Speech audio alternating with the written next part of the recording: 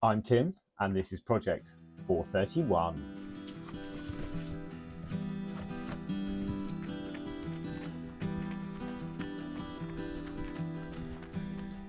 So it's been a big milestone week for me. In fact, I need to tell you about it. Past Tim can tell you all about it. Here he is. Oh, good morning. I'm heading towards the end of the road, which I think is about 5k. So in theory, when I get there, I've got another 5k to run to get home. Which means, assuming I succeed, that will be 10k. Which will be my first ever 10k. And I'm feeling quite optimistic about it at the moment.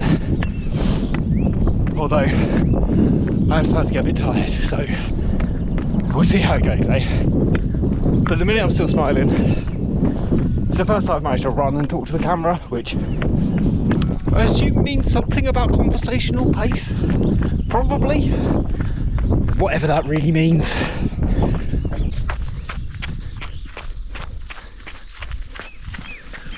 Oh, and that's it, the end of the road. So, that was 4.9k, which means I'm going to need to add on at least 200 metres, which is quite annoying. But what are you going to do? This is a hill anyway. I don't want to be talking to you while running up a hill. I'll see you later. 10k. He's only gone and done it. Well, that's not going to show it, is it? Hang on, give me a sec.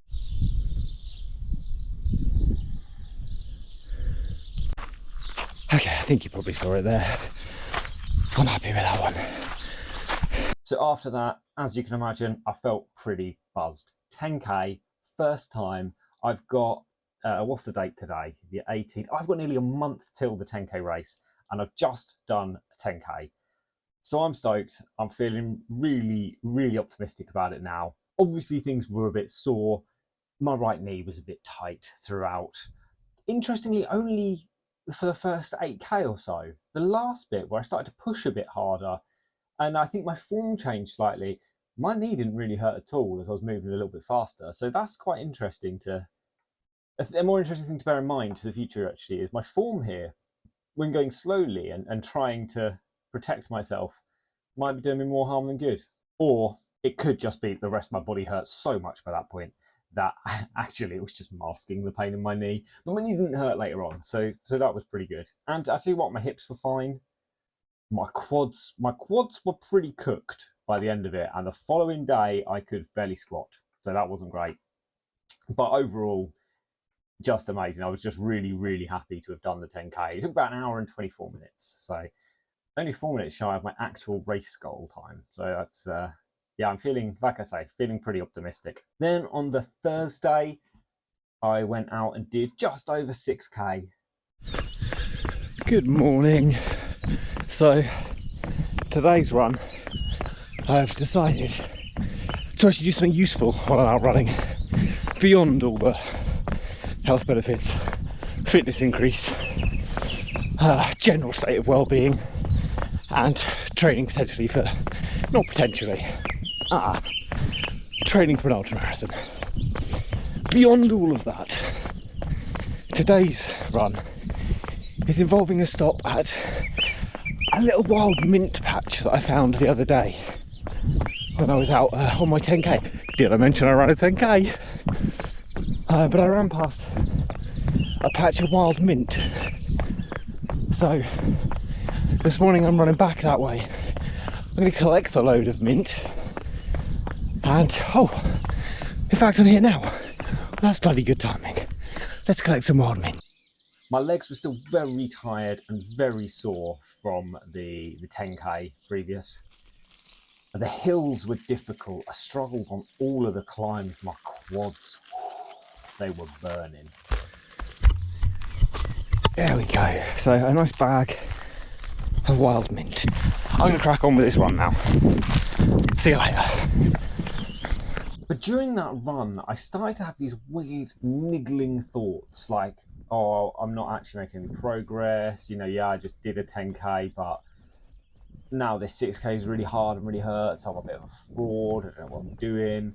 I mean, those things are true. I guess I am a bit of a fraud and I don't know what I'm doing. But usually I can say that with a smile. But during this run, I couldn't. During this run, I really started to feel like I was just making shit up, deceiving everyone, including myself, and that I was never going to be able to do this. And it wasn't until I got back and I went back through my journal and looked at all the distances I've run, and there's this clear uptick in not only like the longest runs of each week, but in time on feet, in weekly distances. It's all going up. It's all trending in the right direction. But there was just this niggling, horrible lack of confidence there that was just at me, which I didn't really enjoy. So that was quite frustrating. I suppose this is quite a normal thing, though. I guess it's been normal for me throughout my entire life. I suppose it's normal for most people. I suppose it's normal for runners.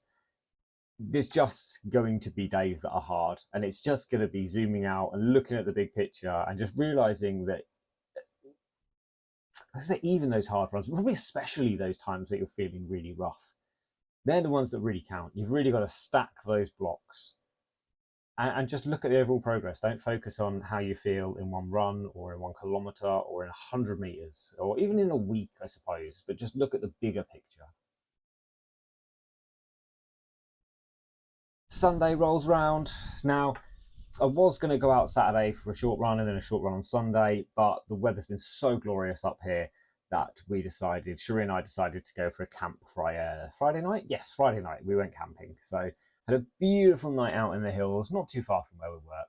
So we were able to get up, we'll finish work in the evening, go set up the tent, pitch up, a few hours chatting outside, couple of beers, KO, wake up at 5 a.m, pack the tent down, be back at work for the morning. So that was pretty wonderful. But it did mean I was slightly behind on my usual routines and I didn't get out for a run Saturday morning. I did, however, get out for a run on Sunday. So Sunday was another just over 6K, another 48 minutes on feet. And it was quite a tough one to get warmed up with. I went the opposite route to one of these circuits I have around here, the opposite direction. So it started off with a little bit of a climb and then quite a cruisy long descent. But that little bit of a climb was sore. And it wasn't until I was 2K into the run, actually, that I felt like I was moving properly again. And then by the end of it, I felt like I was absolutely flying. I had some really great moments towards the end where, again, on a slight downhill, just a gentle one, I felt like Jim Walmsley. Oh, I felt amazing. Just my form felt great and just shifting. I'm sure in reality, not Jim Walmsley at all. In fact, 100% certainly not. And just saying the man's name in relation to my own running is probably an insult to him. But sometimes when I'm moving, I think he has a beautiful running style. So sometimes when I'm moving and feel like I'm moving well, I just visualize him because he just moves like a gazelle. It's beautiful. Beautiful. He's a beautiful runner. So in conclusion, this week I've hit a big milestone, hit my 10K. Did I mention I ran a 10K? Had one of my biggest mental wobbles that lasted quite a long time, and it wasn't until I came and looked at things written down on a page and raw numbers, and even actually going back through my journal entries and reading how I thought and felt after each run, that picked me up again. So I'm really glad I've been keeping this journal. It's quite important. And I think actually this documenting all of this is going to be part of that process for me, and it's going to be helping me in the future when I have these mental wobbles that are surely going to be bigger and last longer as well. And the weather's been beautiful. With beautiful sunshine, it's not rained for weeks now. Becoming a bit of a problem, actually. We do need some rain, but that's true all over the UK. So that's true for everyone. We could do with some rain because everything's starting to die now, but it does mean mornings are glorious, evenings are glorious. Everything is glorious. You are glorious. Speak to you next week.